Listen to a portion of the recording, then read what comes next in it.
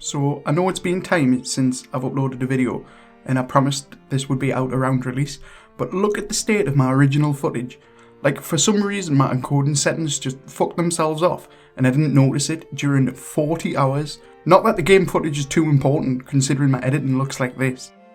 But anyway, just to set expectations before the vid, I wrote this and recorded most of what you're about to hear back in February, so some jokes are pretty outdated. But I guess it's finally ready and time to share my opinion on the game of the year, God of War Ragnarok.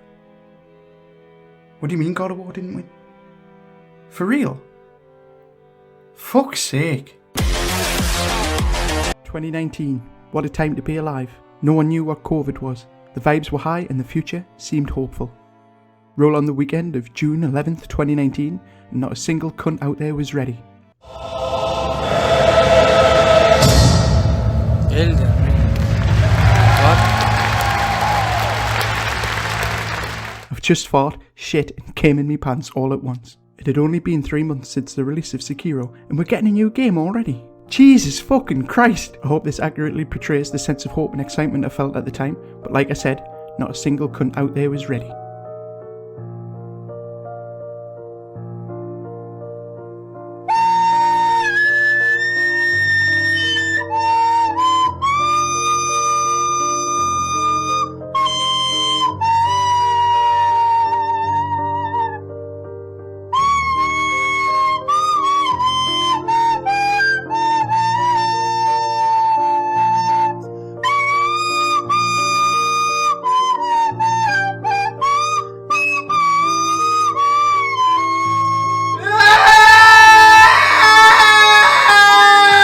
So here we are, 25th of February 2022, and Elden Ring may just be the worst From Software game I've ever played.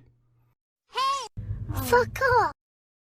Here on the internet, it's important to note that expressed opinions are a representation of an individual's thoughts and beliefs. Essentially, they're worthless. What I say on a given topic should have no bearing on how you enjoy something. With all that aside though, I find that opinions are easier to digest when the person expressing them shows that they have an understanding of the topic being discussed. So, hi there, I'm Kenny. I've beaten Dark Souls 1, 2 and 3. I've beaten all Dark Souls 3's bosses including DLC. I've beaten the Demon Souls remake. I've got the Platinum Trophy for the Demon Souls remake. I've beaten Sekiro. I have the Platinum Trophy for Sekiro. I've beaten all the gauntlets in Sekiro. I've beaten Bloodborne. I have the Platinum in Bloodborne. I've beaten the Bloodborne spin to win run. I've beaten Bloodborne without leveling up. I've beaten Bloodborne beginning to end without dying for the Deathless Any Percent. And I have a Vic Amelia tattoo. I've beaten Elden Ring. I have the Platinum Trophy in Elden Ring. I have the Platinum Trophy for Crash Bandicoot Insane Trilogy, including the trophy for the Stormy Ascent DLC level, which 0.4% of players have. Now that you care even less who I am, I'm going to tell you why Elden Ring is shit. Unfortunately for you, however, you are maidenless. Cast your minds back to pre-COVID to the 3rd of March 2017. The Legend of Zelda had just been released for the Wii U and Nintendo Switch. It had one big difference than its predecessors, and that's its open world. Now, I'm not going to sit here and tell you about open world games. We all know what they are. Big sandbox where you can go where you want, when you want. And much like Breath of the Wild, Elden Ring has divided fans of the series with its new direction. And when I say divided fans, I mean everyone fucking loves it. I've started with this section because I think this is where I might lose the majority of you. This open world adds nothing to the game. Exploration can be good when it's done well and complements the game world, but this just doesn't. The world doesn't feel lived in, it's already kind of ended. A good open world's easy to get lost in. And I mean that metaphorically, as in like you feel like you're actually there and get lost in it. Not lost. A good open world, I would argue, is something like Red Dead 2 or Skyrim, where it feels like shit's going to happen with or without you being there. Elden Ring feels like its world is only evolving because you're forcing it to. As a result of this, I don't feel like I'm part of the world, I feel like I am the world, which is just shit. For a game with such complex and deep lore, it comes out pretty shallow on the whole. Yeah, there's cool shit to find, like this big dumb cunt with a mask, and are these spirit turtles on the side of the cliff? What the fuck's this? Is the lore to this? But my point is, the open world is just what I would consider is filler. Think of Demon Souls with its different worlds and sections. It's very linear in its path, and it's quite hard to get lost or off the beaten trail. But that game took just as long to complete. It felt like it had more to offer. Everything felt more deliberate. Elden Ring feels like it suffers because a quarter of the time you're just essentially playing Goat Simulator, minus the tongue. I guess the tongue's in Demon Souls. I consider it filler because it doesn't add anything. I'm just riding around for the sake of it. Nothing's happening. However, I can find that all forgivable besides the next point, and this is where FromSoft have really let me down and make me feel like I'm just being spoon-fed. Far Cry 3 started this trend for me, and I know Assassin's Creed might have done it first, but whatever, I played Far Cry 3 more. Anyway, I'ma call this point the Ubi world. The Ubi world is an open world in the style of Ubisoft's open world games, and I couldn't shake off the feeling of it in Elden Ring. It made me look at FromSoft the way Obi-Wan looks at Anakin in the end scenes of Star Wars Episode 3 Revenge of the Sith. You were the chosen one, FromSoft. You're supposed to make the good games, not feed the brain-dead casuals. I suppose I should explain what I mean by the Ubi world, and I think you all know the formula. You reach certain locations to access different areas of the map, clear out this camp for a reward, fast travel, but only if you've been there. Now, don't fucking sit there and be like, well, of course that makes sense, you had to have been there to be able to fast travel there. Skyrim got it right. Hire a carriage to take you there if you can't fast travel there. Use public transport. Why? Because that's something that makes the world feel real. And the final part of the formula, the fucking tower puzzles. Sometimes this can go hand in hand with unlocking the map, but why is it every fucking game with an open world? Why do you do it? Why is there a fucking tower puzzle? It adds nothing. It was okay the first time I seen it in like Far Cry 3 or the first Assassin's Creed game, but it's in Breath of the Wild, it's in all the Watch Dogs games, it's in every Assassin's Creed, and now it's in fucking Elden Ring. It's so unnatural and cheap. That kind of content is lazier than the content I put on the internet.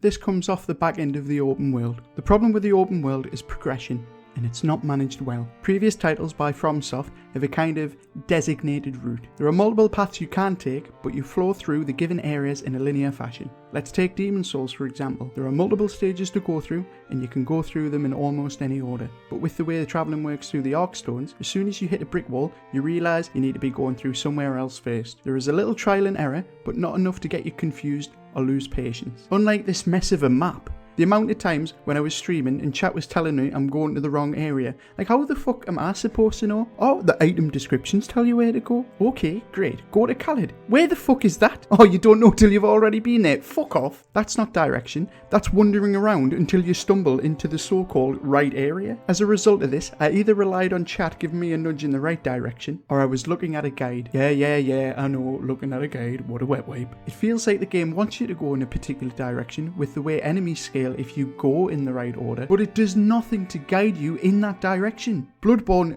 did this the best. You were never in an area that you weren't capable of going through unless you were deliberately gunning it. Elden Ring though, you can end up at Fire Giant like I was, for chat to get annoyed that I only had a plus 10 weapon at level 70. Like, it felt like that's where I was supposed to be at the time, but I had missed out on so much, leading me to go on to bosses, and I would just absolutely walk through them until I was quote unquote ready to take on Fire Giant at the recommended level. Speaking of the big stupid cunt with a giant wok, Fire Giant is where the game changes. Here's a progression graph of a typical FromSoft game. This axis represents the challenge from easy to hard, and this axis is time played. As you can see, as the game goes on and you get further, it typically becomes more challenging, mostly.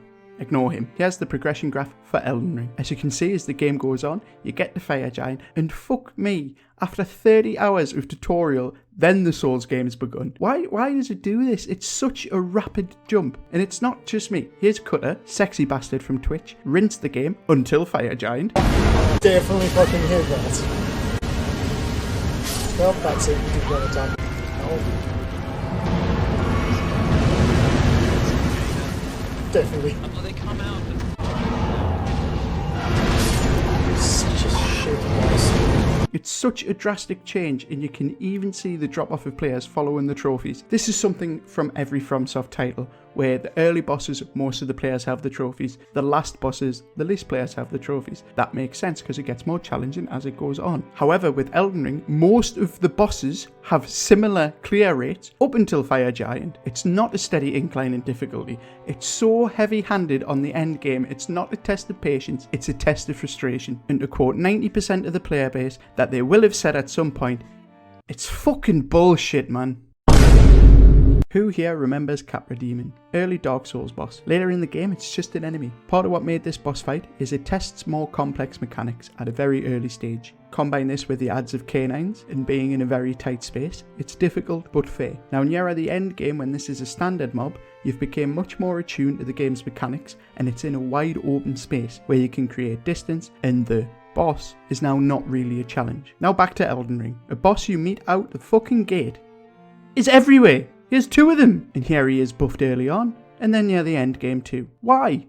I've beaten him. I've beat him on foot, I've beaten him on horseback, and I've beaten him with cheese, because I'm fucking sick of walking up like Will Smith to slap the smile off Chris Rock's face. Beefing your game out like this does not add more to the world. It does not add any more challenge, and it does not add any more content. Honestly, the one that's before Malekith's room, you can easily just run past him. You get a reward for killing him with the armor set, but killing him proves nothing when you've already took out his entire fucking family tree. Like, it's just shit filler. Speaking of shit filler, like Tesco's own brand coleslaw, here's the tag team death matches. Let's take a challenging enemy who was a fair fight. Well, here we have him with his older brother, because the little snotty shit has grassed you up for taking his cheese string. This guy was already a challenge to beat, and it felt fair. Pressing copy paste and changing the armor set does not create a new fair fight. It creates a bullshit one. I feel compelled to summon just to even the playing field. Here is a double fight designed to be a double fight. Everybody knows O and S, and it's balanced. Here's a double fight that is artificially created just by plucking out 2 enemies in the game and sticking them in a room together. Same movesets, same phase 2s, same bullshit. The health bar doesn't even make sense. You beat them 5 times. Why do I have to beat them both twice and then one random cunt at the end? The fairness of a double boss fight is now just being lost to orange cheeses. And when you win, it's because this water drinking pisshead's watching over you. You've stopped testing skill. It doesn't feel like you've won anymore. It just feels like you've gotten lucky. Also, just before I move on, I need to mention, anyone notice how the giant golem things are basically just Last Giant from Dark Souls 2? And the Erdtree avatars are literally Asylum Demon. I know back at uni I used to recycle work from my old essays, but I didn't expect FromSoft to do it too. It's about time I talk about some of the things I actually like about the game. Some of the boss fights are good. Here we've got Margit, the Fell Omen. In the closed network test, I ran straight to this dude at 4 AM and hammered him out in about 20 tries. But this dude was pretty fun. And to compare, here's my first encounter with him on release. I knew him at this point and I was absolutely Hulk smashing it. He's clearly spent a bit too long indoors, so I'm not going to throw shade at him. He needs some sunlight, and I can't wait to fight him again. Godric the Grafted. Every single playthrough I've came against this dude, first try beat him. He's not hard. His design is very One Reborn, but if One Reborn went to boarding school and had access to mummy and daddy's bank account, burning money in front of homeless people. But he's not a bad boss. I can imagine it's a challenge for people that don't know the Souls games, and the feel of the fight seems like it's a good introduction. How to tell its upcoming attacks, how to dodge, when it's safe to hit, etc. This is a good early game boss, so I'll give him a pass. I can't wait to fight him again. Godfrey, the first Elden Lord. Here he is looking all ghostly, but the Rose Gold edition. This fight's good fun to learn. He hits hard and parties harder. His moves are telegraphed, and if you miss the tells, you get punished pretty hard. I can't wait to fight him again. Have you noticed? I keep saying, I can't wait to fight them again. Do you know why I'm saying that? It's because the boys at FromSoft love a good old Control-C, Control-V. Fucking hell, man. At first they tried. They did. They really tried. They changed the letter in Margit's name, thinking we wouldn't notice. But then they gave up. Here's Godric again. Here's Godfrey again. But this time he's not a ghost. Cheeky reverse spoop. This is another point that just makes this game feel like filler. They've stretched out the content by repeating it. Fuck off. I've mentioned a couple of these lads already. Godfrey and Margibum. But these lads aren't like all the other lads in the game. These lads are the boys, the big boss boys, the bear runes, the rune bearers. It's not just a clever name. Now, as far as the lore goes, from what I understand is a bunch of these dudes stole pieces of the mum's jewellery, which makes them powerful. So we've got to get them back. Think back to Dark Souls 1. These are like the Lord Souls, or the Archdemons. But there's one big difference to their other series counterpart. These guys are decrepit. I've already said how Godric posed little challenge, but we'll let it slide. I didn't mention how the next boy on the list, Renala, is also a pushover. Margibum, we've already beaten him, took his lunch money, and he came back for round 2, the fucking idiot. And this brings me to Radon. This boss looked so fucking cool, beating him first try. Now I know that's after the patch when he got nerfed, but whatever. You know what boss fight sucked in Dark Souls 3? Yo. So here it is again. There's another main boss. Is anyone else bored of this shit? Morg, Lord of Blood. Finally felt like we were getting some... Never mind. And then came Melania. Oh, you touch my tra-la-la. Looks like Lady Maria's been getting busy with Ishid, you dirty old bastard. And holy shit, does this boss really make me think of those two cunts. Because finally we've got some game, is what I would have said if this boss wasn't such fucking grade A, hot, steaming, sticky to the touch horseshit. This boss's mechanics revolve around healing on a hit. Now I'm okay with that. It's a pretty savage amount of healing she does, but I'm okay with it. What I'm not okay with is this borderline undodgeable combo that fills her up to full health and she heals through blocks. Are you kidding us? A physical attack which heals her heals through a block. If I've got a good shield and block, this shouldn't heal. FromSoft, you made a fair fight at the end of the game, and just like Johnny Depp's pillowcase, you filled it full of shit and said fuck you anyway. You may as well have threw Scarlet Rotten into the fight. You fucking kidding us? A hunter must hunt. Ah yes, the bread and butter of a platinum review, getting 100% completion. Now, I'm no trophy hunter by any means, but I do like popping a plat every now and then. The main reason I do this is because I don't feel like it's fair and just to review a game with opinions like mine without showing that I've played the game fully, or at least played the game fully to a point where the developer says, I've done it 100%. I like to think this shows that I've understood the game, I've overcome it, and it's my belief that an achievement system should test your understanding of the game just as much as the game itself. And this trophy list does not. Well, not as much as other FromSoft games have. I'll start with the good trophies. Get all endings. That makes sense. Except, it's not get all endings. It's get a handful of endings. I think there's like 7 endings, or maybe there's other secret endings, but there's only trophies for 3 of them. If you have that many endings, put that many trophies in. If a player can't be asked to get all of them, fuck them, they don't get 100% completion. It just feels like they're pandering to the casual crowd again and making it too accessible. Oh, you don't want to get all endings? That's okay, sweetie. Get 3. That's enough. What am I, a fucking child? Just eat 3 more pieces of broccoli and mum will be happy. Get fucked. Thanks to this shitty system, I can say that I've 100% complete the game. Only, I haven't. And I know I haven't. Going a bit deeper than this, there isn't even a trophy for all bosses. What the fuck? Every other FromSoft game has had optional bosses for any % completion, but all of those optional bosses still had a trophy attached to them.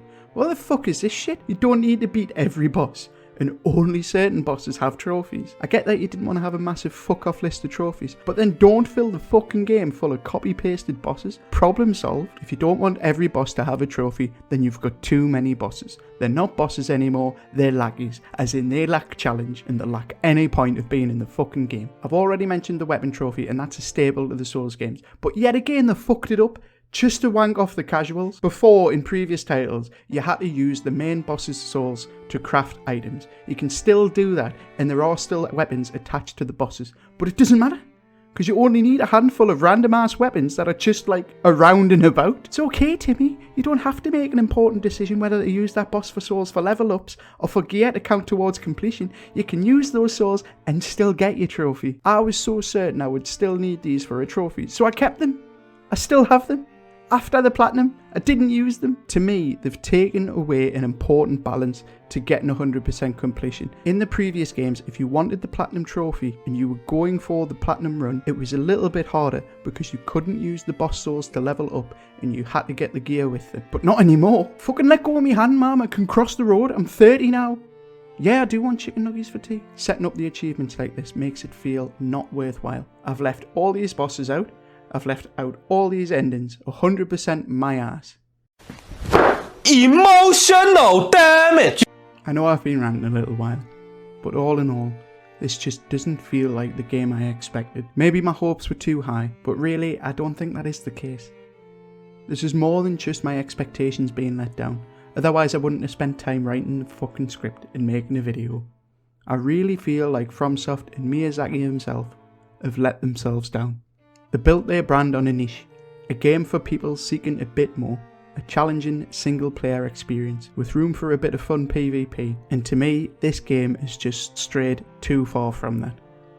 After years of growing their company on word of mouth and people who beat their games begging their friends to play it until they fall in love with it, and then they tell their friends, and then they tell their friends, and then they tell their friends. For example, my own journey started with Bloodborne. My friend Jack asked me to play it, thought it'd be funny, and he was watching me play it over the PlayStation Network before the days of streaming when you would share play games. And fuck me, did my tiny pea brain hate it at first. Too hard I cried, Not fair. After I got past Amelia and finally learning the game, I fell in love with it, for real. I love Bloodborne, it's my favourite game of all time. But soon, it wasn't enough anymore. After Bloodborne, I had to seek out Dark Souls, and then Dark Souls 2 and 3. But not only that, I started begging my friends to play it. I convinced them that the sense of achievement was worth it. Got Banana to play it, and G. They both got their platinum trophies. And now they preach the good word too. Like, it's got to the point where we've themed a bar in the themed streams around Bloodborne and The Good Hunter, all for it to lead up to this. A game for casuals, a game for the AAA audience, and fans new to this might seek out Bloodborne and Dark Souls, and we've already seen that their sales have boosted since Elden Ring,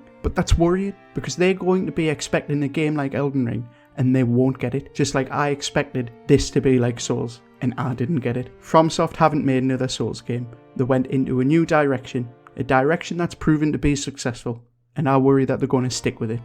The game is so accessible and hand-holdy, and I can't see them switching back. So in conclusion, the real reason why I'm disappointed isn't because Elden Ring is a bad game, because honestly, it isn't a bad game. I'm disappointed because I thought FromSoft had more integrity than Ubisoft. I thought they had more tenacity than EA, and I thought they didn't like fucking over their old fans as much as Blizzard, but it's okay, FromSoft. I want you to know that the path you lay will still be walked. You should know that it's not you, it's me. I'm incapable of growing or evolving, and I think maybe we want different things right now, and that's okay. You need room to grow, and I need space to be who I am. I wish things were different, but I can see now that I'm holding you back. You're going to make another girl really happy someday, and I hope we can still be friends.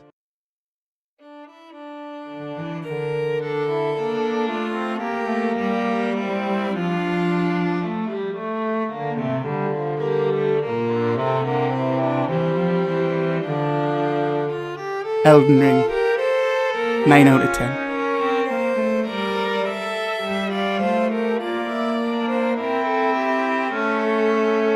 Thank you for taking the time out of your day to watch my review of Elden Ring. It's been a real battle to overcome my lack of motivation to replay the game again and get this done. Please just remember though that this is my exaggerated opinion, and that the fact of the matter is you can enjoy what you want, even if it is shit. If you enjoyed, please leave a like, or if you really enjoyed it, you can subscribe for when I'll be releasing another video next year.